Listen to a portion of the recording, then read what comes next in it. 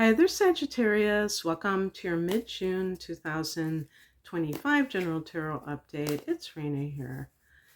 Alrighty.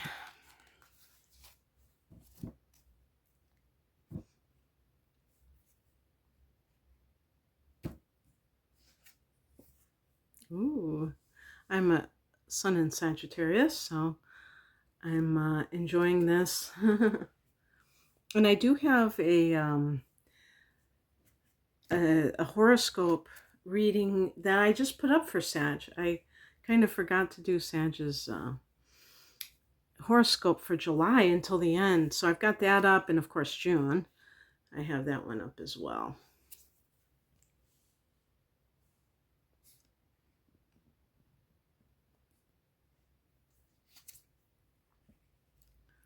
Okay. I'm going to pick an additional card. Okay. All right. So we have in the centerpiece the star card, which is connected to Aquarius. So that could be a person in your life, but Aquarius, it's funny. I don't know if this is kind of like supposed to be that way or it just happens to be that way. But in astrology, Aquarius rules the 11th house, which is about hopes and wishes. And when we're doing the tarot, it's like this can be about wishing on a star. And, you could even say having your dreams come true. But also this idea of faith in unseen forces, meaning that we can't always have that proof, that tangible proof. Well, we don't, like when we're dreaming up something that we want, we have to be able to sustain that vision. And that means that even when it hasn't materialized, we still are going after those dreams. So this is a very hopeful card, especially if you've been dealing with a lot. I know for the last couple of months, I have not been very active on my channel as I normally have been because I've been doing all kinds of things that are behind the scenes. And it feels like, it felt like, we were coming out of all those retrogrades. So I was like, oh gosh, I can't wait until I can just go forward again, because it seemed like it was about dealing with tying up loose ends and solving problems and things like that. And maybe you have felt the same way. And this is a card of kind of acknowledging what you've been through, and that guiding star that's in the backdrop here, being able to help you to navigate some of those challenges. And now it's like you can exhale and you can maybe even have that a certain dream come true around this time. And with these readings, maybe because I am a Sag, I tend to be kind of grandiose. And I think, well, is that really going to happen in the next 2 weeks? I don't look at the timing the same way with astrology, because I'm primarily an astrologer, and that to me seems more precise. But let's just kind of keep it open for and say the near future, that some dream you have might come to fruition. And the past influence is the Page of Cups. This is a card that is connected to Pisces. You can see the fish flying out of the cup, and there's this innocence that this card represents. As a matter of fact, this card can represent children. So, for instance, if you are it doesn't have to be just a woman. When we talk about conceiving children, if you have maybe had trouble conceiving children, or being in that situation, maybe you find out that you are pregnant or that your partner is pregnant, and this feels like a dream come true. The Page of Cups really is about having the innocence of a child, and children are very idealistic and hopeful, rather than being cynical. especially if you have had some disappointments. Um, this is also a card, the Page of Cups, I think of like somebody who may have been jaded by love now, is refusing to be cynical, is choosing to believe that love is possible no matter what. The higher message is the King of Wands, and this is a card of stepping into your own power.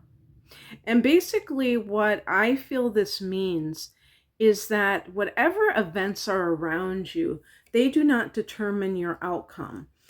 Some people think that, if they get cheated on in a relationship, that means that they are never going to find the right person. Well, that's kind of illogical. It's an emotional reaction to a not so pleasant situation that has occurred for for a person, and it's understandable that someone might feel jaded, but it's an overreaction, and it kind of is just in that blaming mode and feeling like a victim. And the King of Wands is the exact opposite of that. It's like feeling as though you have the ability to direct your life.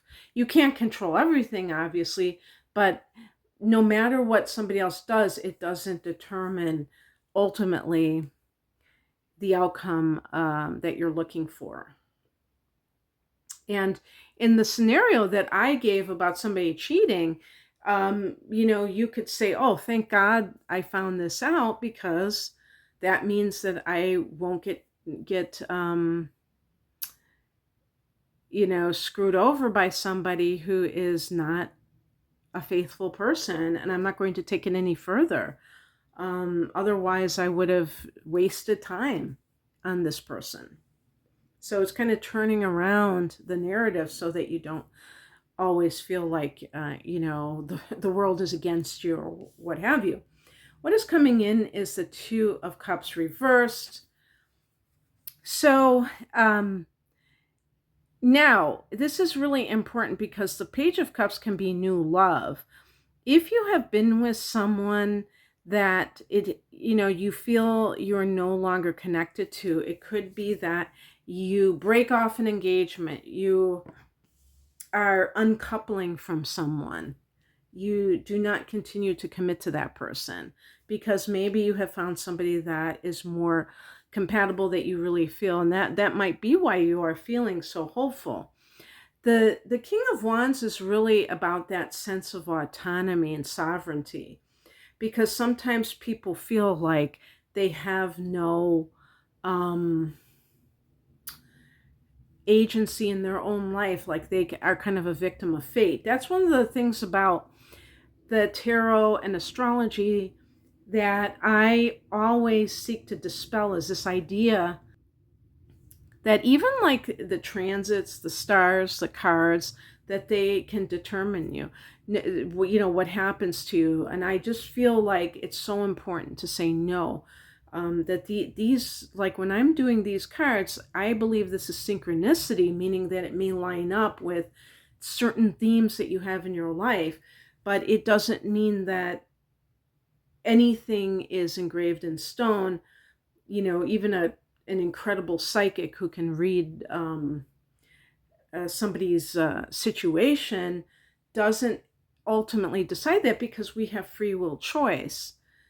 And that has to count for something. We can't just like dismiss that. So if you are in that situation, there may be a very good reason why you are kind of disengaging from that. And saying, no, I don't think it's a good idea that I stay in that situation anymore. It can also be a situation where you still need to forgive someone. Two of Cups upright can be forgiveness. And maybe you've come from a difficult situation that it's hard to just move on and Maybe you have been telling a story of woe about somebody a little bit too much. Sages are positive people, but remember that Sages have other influences. You know, I was going to say you might have your moon in Scorpio, and then what I just said would, might be something that you would do where you just find it hard to let go. So there could be different meanings for this particular card. And also with like work matters, I feel like there's going to be, that it's more of an independent thing where maybe you're working for yourself versus working for somebody else. The outcome, and I'm going to just hold it upright, but it's actually reversed, is the Devil reversed. So in the upright position, the Devil card is about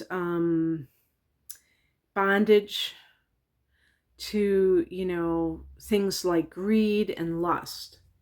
So reading it reversed, to me, this is about being freed from that bondage. And, it can be as simple as, here I have this King of Wands, again, with this issue of sovereignty above the Devil card reversed. Whether it has to do with addictions or, well, even like greed can be an addiction to the material energy. And people can, when you have an addiction, the phrase selling your soul came into my mind just now. And it's not so much that when somebody has an addiction that means they are an alcoholic necessarily, or a pothead or something like that. You can be addicted to money. You can be addicted to a person, but it could be for a very kind of a low frequency, like lust, where you don't even really like the person, but for some reason physically you are drawn to that person. And this is about freeing yourself from that. And it can be very difficult if you feel compelled to go after something. It's interesting, I picked an additional card, and it's interesting that I got a Pentacles, because you can see here a Pentacles, and this card is actually connected to Capricorn. And Capricorn is an earth sign, and Pentacles is connected to the earth. So the clarification card I got was the Four of Pentacles, which is a card of financial security, but it's also financial management of money. Now, why that matters? In terms of, managing money, Sagittarians tend to be free spenders. It's that Jupiter influence, obviously, that makes Sagittarians overly optimistic sometimes. And I would even argue and say there's no such thing as over optimism, just like there's no such thing as toxic positivity. But that's not necessarily true. I mean, there can be excesses in everything, too much of a good thing. And Sag can kind of get into that tendency in terms of their behavior. One of the things that a person can do when they really have stepped into their power is that they know when to, I was going to say know when to hold and know when to fold, but know when to kind of take it easy with something, kind of pull in the reins, and when to release them. And you may realize that you value your freedom more than, selling your soul for this money that is sucking at your soul, where you feel like whatever it is that you're doing doesn't feel good to you and you don't like it, but you feel, you know what I mean? You know what I'm talking about. Or you're with somebody and there's maybe they have a lot of money and you feel like, oh my gosh, if I leave this situation, my lifestyle is going to be completely different. And this card is about, um, this could be somebody who's like still financially secure, but they may, yes, maybe, number 4 is connected to Saturn. Isn't that funny? Uh, and Capricorn is ruled by Saturn. Saturn is about discipline and organization and foundations. There's nothing wrong with those things. That doesn't indicate lack. It just means maybe restraint, and it means forethought. So, that's how you make your dreams come true, Sag. So that's what I have for you. I hope that this resonated. If you would like a private reading, be it astrology, the tarot, or both, you can click the link below to find out more information about the types of readings that I offer. Thanks for watching. Bye.